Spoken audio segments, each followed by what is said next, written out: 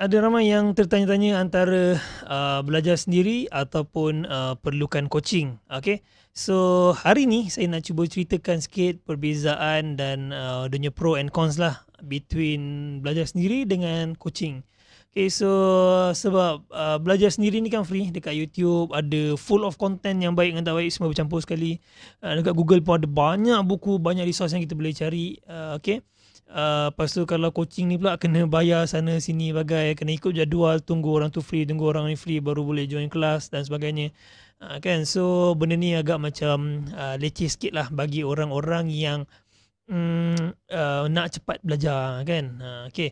Tapi saya sendiri personally memang kebanyakannya saya belajar sendiri, kebanyakannya. Tetapi masa saya nak starting dulu, saya sendiri ada coach yang saya banyak beli course dekat Udemy.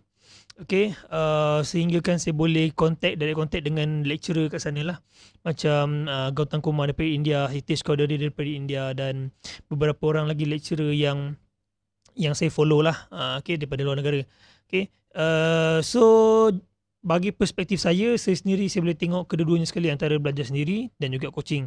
Okay, so apakah kelebihan belajar sendiri kan? Okay, so belajar sendiri ni bagi saya dia free. Kemudian mudah, senang, kita boleh cari bila-bila je nak cari, kan, tak perlu tunggu orang tu free ke, orang ni free nak tanya ke bagai semua. So boleh just search je kat internet, pergi je buat kan. Okay, cuma yang menjadikan masalah belajar sendiri ni adalah bila sometimes kita tengok orang yang mengajar tu, kita panggil cikgu lah, cikgu ataupun lecturer tu yang mengajar tu, different time, different version of software membuatkan kita punya result tak sama. Tu jadi masalah lah. Selalunya kalau macam orang yang belajar buat apps, buat software Windows pakai Visual Studio, terutamanya pakai Android Studio, akan jumpa masalah ni dengan kerap sekali.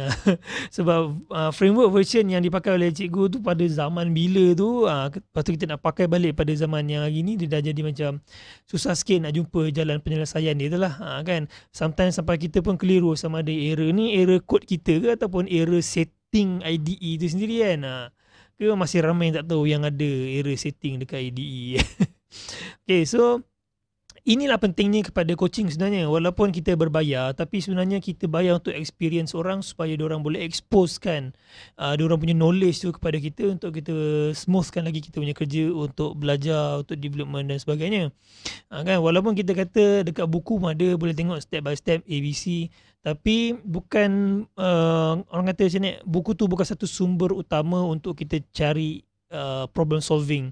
Problem solving ni hanya mostly berada pada orang yang berpengalaman. Okay, so that's why macam mana pun kena ada cikgu lah, kena ada coaching. Saya sendiri kalau ikutkan pengalaman saya beli course dekat Udemy tu lebih daripada 40 course. Kalau kira duit yang habis lebih kurang hampir 10,000 jugalah. Kan, saya sendiri belajar, kalau saya nak belajar dengan coaching, saya akan beli course dekat Udemy, banyaklah duit habis. Kan, 40 course tu termasuklah programming ke non-programming, ada yang matematik, ada fizik, ada untuk subjek SPM pun ada, calculus ada sebagainya lah. Kan, untuk boostkan lagi kita punya knowledge.